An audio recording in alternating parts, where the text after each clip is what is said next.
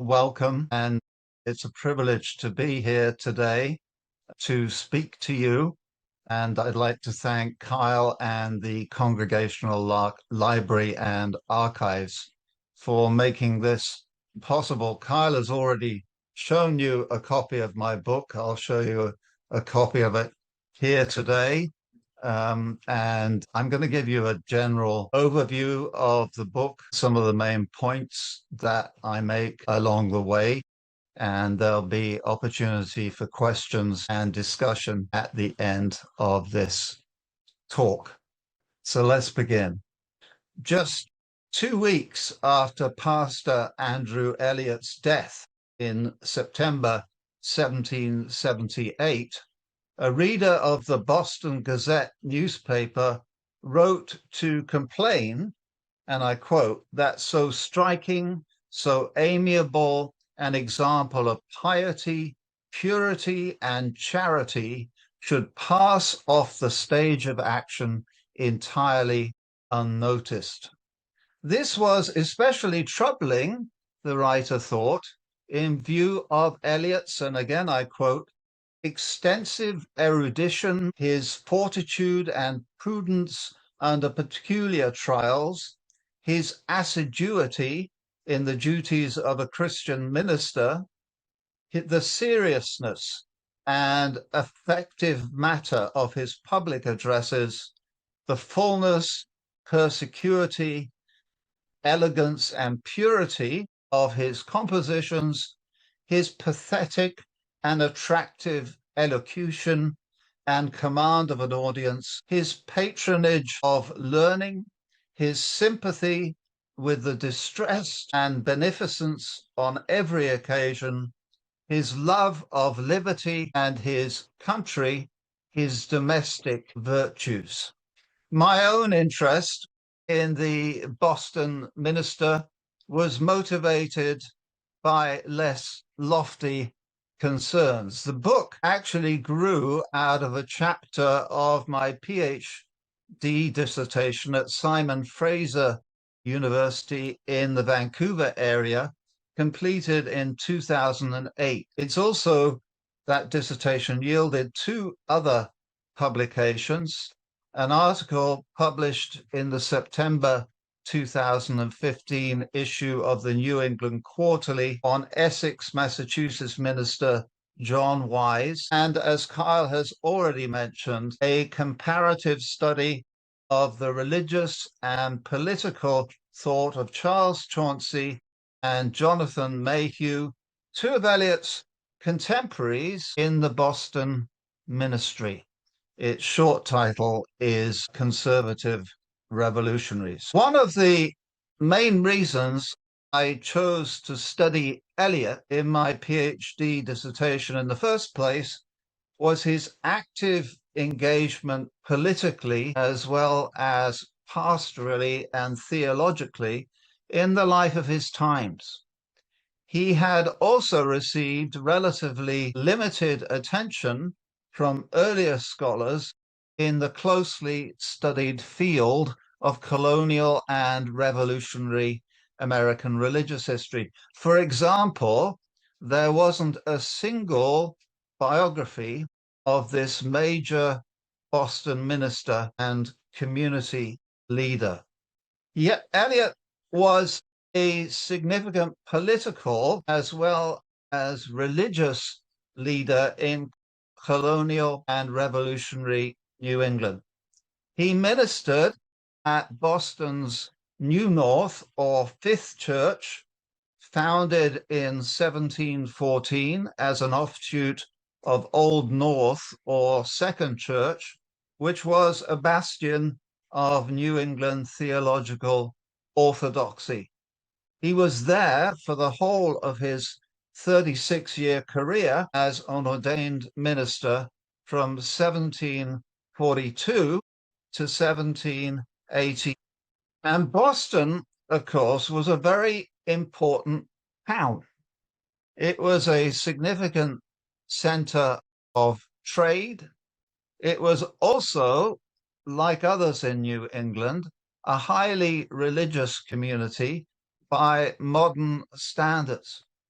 most people attended church, and church-going generally involved two Sunday services, morning and afternoon, each of which would have included a sermon of 1 or 2 hours in length. And I'm just going to show you a picture of Boston as it then was. And this is the famous 1722 map of Boston put together by John Bonner. And you can see from that map the extent of the main built area that we're talking about. And Eliot's ministry was centered very much in the area of North Boston, and we'll talk more about that as we go along. Between 1710 and 1760, the overall population of Boston nearly doubled. But except for periodic fluctuations of troops, it was only around 15,000 or 16,000 people through the American Revolution. In modern terms, it may be worth considering that that's roughly the year-round population of Martha's Vineyard. To serve those people, the total number of Congregationalist churches in Boston grew to 11 by 1750. Eliot's New North was one of, if not the largest and most prominent. According to his own estimate, about 1760, there were no fewer than 300 families, or bearing in mind the average size of families in those days, some 1,800 people attached to the church. So this was a major congregation, and by virtue of that alone, Eliot was a significant town leader. We sometimes forget that Congregationalist churches enjoyed effectively established status in 18th century Massachusetts and were generally supported by colonial taxes. But in the Boston congregations, there were a lot more resources. Those churches were more prosperous than most and could fund their ministers by members' offerings and pew rents, which of course were a significant factor in that day and age. Eliot in particular, and this is one of the points I make in the book, where a whole chapter is devoted in part to his financial situation, he was able to live the life of the gentleman for which he was educated at Harvard, and he could comfortably provide for a family of 13. Eliot and his wife had 11 children altogether, and it was an unusual family in that all of those sons and daughters grew to adulthood and went on to have significant careers of their own. And if it's have another look at a picture here, this is a view of part of the town of Boston by Paul Revere,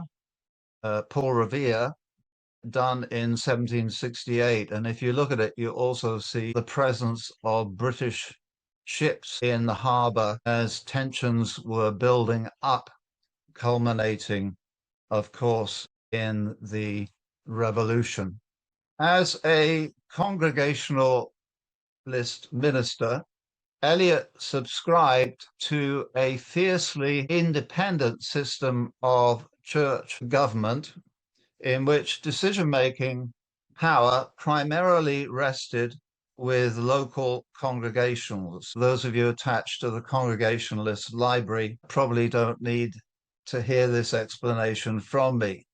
But theologically, 18th century Congregationalists were the heirs of 17th century Puritan forebears, and their standard of orthodoxy remained the Calvinism of the Westminster Confession, although not all adhered to it. Sermons were the main means of mass communication in New England, and the ministers who delivered them were major community leaders. This was especially true of someone like Eliot. In his pioneering magnum opus, The New England Soul, from 1986, Harry Stout has estimated that the average churchgoer was exposed to some 15,000 hours of concentrated sermon listening over the course of a lifetime. I don't think you could probably say that anywhere today. A more likely comparison might be the amount of time people spend on screens. What ministers said and thought on social and political, as well as religious matters, was significant then. As prominent pastors and members of the educated elite, they could also exert major influence in practical ways through their social network. Historians have sometimes linked Eliot with major shifts in New England theology, from traditional Calvinism to Arminianism and beyond, even to Universalism and Unitarianism.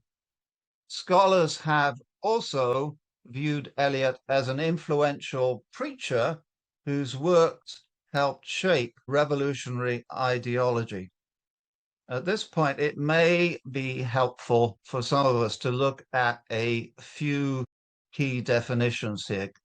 Basically, Calvinism centers on the beliefs that God controls everything and is entirely responsible for human salvation. Arminianism favors a more cooperative understanding in which women and men work with God for salvation. Universalism is a simple belief that all will be saved, come what may, and Unitarianism denies a Trinitarian view of God as three in one and one in three, Father, Son, and Holy Spirit.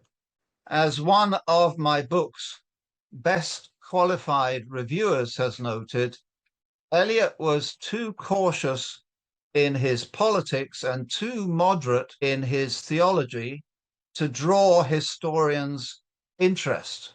That's from Mark Knoll, with just a few exceptions prior to my biography. Another has described him as an enigma. So one of my main goals in this book is to attempt to clarify his views, and I drew added motivation from the fact that I was not convinced by some of the major conclusions of previous studies of Eliot. I also wanted to offer a picture of his daily life and ministry, I think, because we sometimes forget just how different the culture in that time and place was.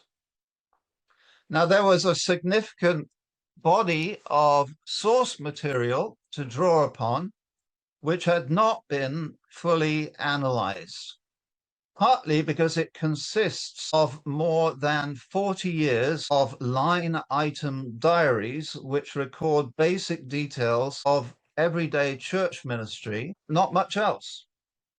By annotating and compiling this data in detail, then I was able to pull together quite a full picture of his ministry and finances, as well as to fill out the portrayals of his theology, political views, and family life, which emerge from his letters and sermons, of which quite a few have been published. So just to give you an idea of the kind of material that we're looking at here, I'm going to share a couple of pages from his these diaries. This gives you an idea of the kind of thing that we're talking about. What Eliot did was to keep records in what we now call, I think, farmers' almanacs. And you can see all the material in the almanac on the right-hand side of this page. On the left, you see Eliot's notes, including some abbreviations. So he not only recorded his own activities, but he recorded others' activities. So, for example, on this page, we've got next to the 11th of January, Mr. Mather TL. TL stands in this case for Thursday lecture, which was a major town event. And then on the 12th, Mr. Adams EL, an evening lecture with a more sacramental focus. So this is the kind of information that we get from these diary almanacs. And you'll see on the 14th, preached AM and PM and administered sacrament. That's what he did at his own church on those days. And then on the next page here, you'll see the kind of accounting details that he included in these booklets. And there are a lot of these accounts, money paid in this case, who he paid and for what.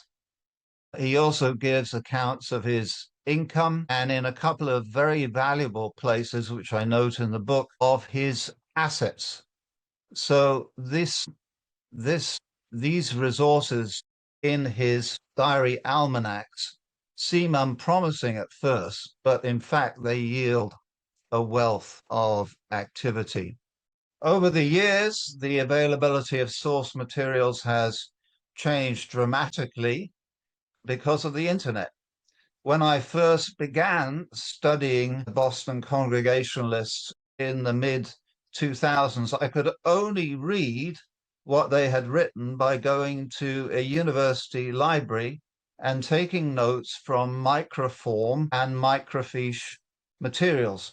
Pretty much everything needed is now available online, and I was able to obtain copies of his diaries from microfiche and a few key libraries. So if you look at the resources available at the Congregational Library or at the Massachusetts Historical Society, for example, it's amazing how much you can find online these days. The main scholarly contributions of the book, in my judgment, are, first of all, it's the first full biography of Eliot.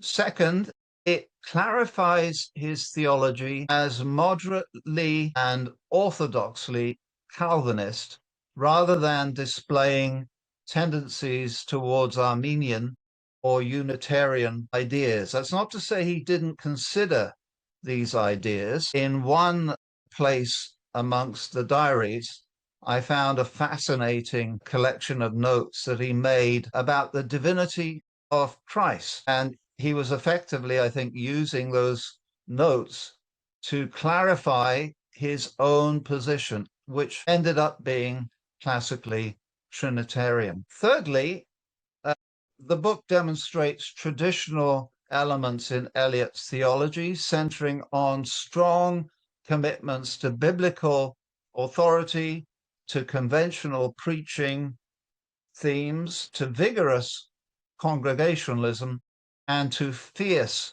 anti-Catholicism. I might mention in that also fiercely anti-episcopal, especially given the possible threat of an Anglican bishop being introduced into the colonies. Eliot's son, Ephraim, who wrote a brief history of New North in 1822, offered a fair description, I think, of his father's theology as follows, and I quote, "The creed commonly called the Apostles he assented to. About the time of its settlement, it was supposed by some that he favored the doctrine of the New Lights," that's those who strongly supported the Great Awakening. but they would not acknowledge him. If he was so inclined, he fully got over it and was a warm opposer of James Davenport, William Hobby, and other itinerant ministers. He thought Whitefield, that's George Whitefield, a good man, and attended his preaching, especially on his last visit. But he disliked him as being an enthusiast and was fearful that he would do injury by diverting people from their business several times in a day to attend upon his lectures. In the pulpit, he was a favorite. His discourses were plain and practical, seldom on controversial points. In fact, end quotes, I would say that that was a quite deliberate policy on his part. He wanted to stick to what he saw as the essentials of the Christian faith and not to get caught up in other issues that might be more contentious. The book also demonstrates the steps that Eliot took to make New North more open and accessible, especially to newcomers and outsiders. For example, when he started there was a requirement that anyone who wanted to become a member should give a full oral testimony of how they came to faith in Christ. Later on in his ministry, that was changed to a written statement. A written statement was considered sufficient. He changed the singing, the psalm singing, by introducing a new system which other churches were doing. The music life of the church grew, and Eliot dealt with, of course, a slave-owning congregation. Some of his members would have owned slaves themselves, but he was quite progressive in his approach towards ministering to slaves who were in the congregation. So this book also explores Eliot's more progressive views on slavery, but less progressive on First Nations issues. Eliot was a strong believer in the civilization, in quotation marks, as well as the proselytization of First Nations peoples. The book details Eliot's struggles with embracing the revolutionary cause, given his strong commitments to Protestant British ideals. That's a major theme because he was strongly attached to Britain, as were many of his contemporaries, not least for their Protestant ideals. And it was only over time that that position changed. The book shows how Eliot's more radical Whig political ideas were tempered by such concerns, but it also demonstrates that Eliot fully embraced independence once armed hostilities were underway. This project overall took me about more than 9 years to complete. The bulk of the research and writing was done alongside my pastoral ministry in the Anglican Church of Canada, the Episcopal Church, and a Vancouver Baptist Church. As an academic book, it has not made the New York Times bestseller list, but it hopefully contributes to the advance of historical knowledge. Writing a book like this requires a lot of help as well as hard work, and I am most grateful to the many who have supported me in my academic endeavors over the years. The main achievement of Reluctant Revolutionary, such as it is, lies in offering a fresh portrait of Eliot as a moderate but orthodox Calvinist who maintained a consistent witness at a time of theological turmoil. A prosperous family man who helped lay the foundations for future generations of Eliots among the Boston Brahmin. A reluctant revolutionary whose devotion to the Protestant ideals prevented him from embracing the patriot cause until hostilities were already underway. A dedicated pastor who worked extremely hard and whose records facilitate a detailed picture of how he handled his everyday responsibilities.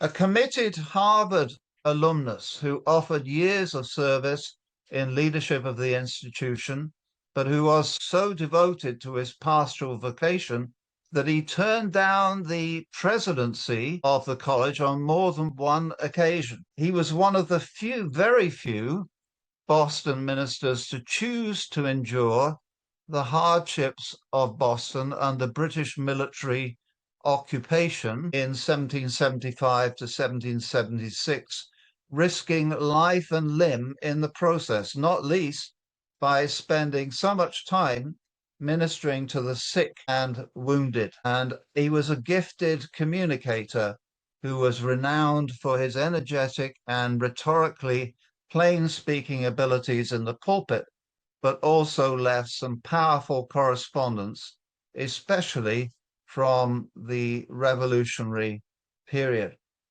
One of the most striking passages in his correspondence comes from Eliot's letter to his son John from besieged Boston on April the 28th, 1775, just days after the battles of Lexington and Concord. And I quote, "Poor Boston, may God sanctify our distresses, which are greater than you conceive. Such a Sabbath of melancholy and darkness I never knew. Most of the meeting houses shut up, the ministers gone, our congregation crowded with strangers. A town meeting in the forenoon agreed to give up their arms in order to get leave to depart. A provincial army in Rochester, Dorchester, and Cambridge. College dispersed, this town a garrison, every face gathering paleness, all hurry and confusion, one going this way and another that, others not knowing where to go. What to do with our poor maid, I cannot tell. In short, after the melancholy exercises of the day, I am unable to write anything with propriety or connection." So Eliot was a complex and fascinating man, and I've tried to convey some of his complexities. I could say a lot more about this book, but I also want to leave time for questions. And so thank you for your attention. I'm going to hand it back to Kyle.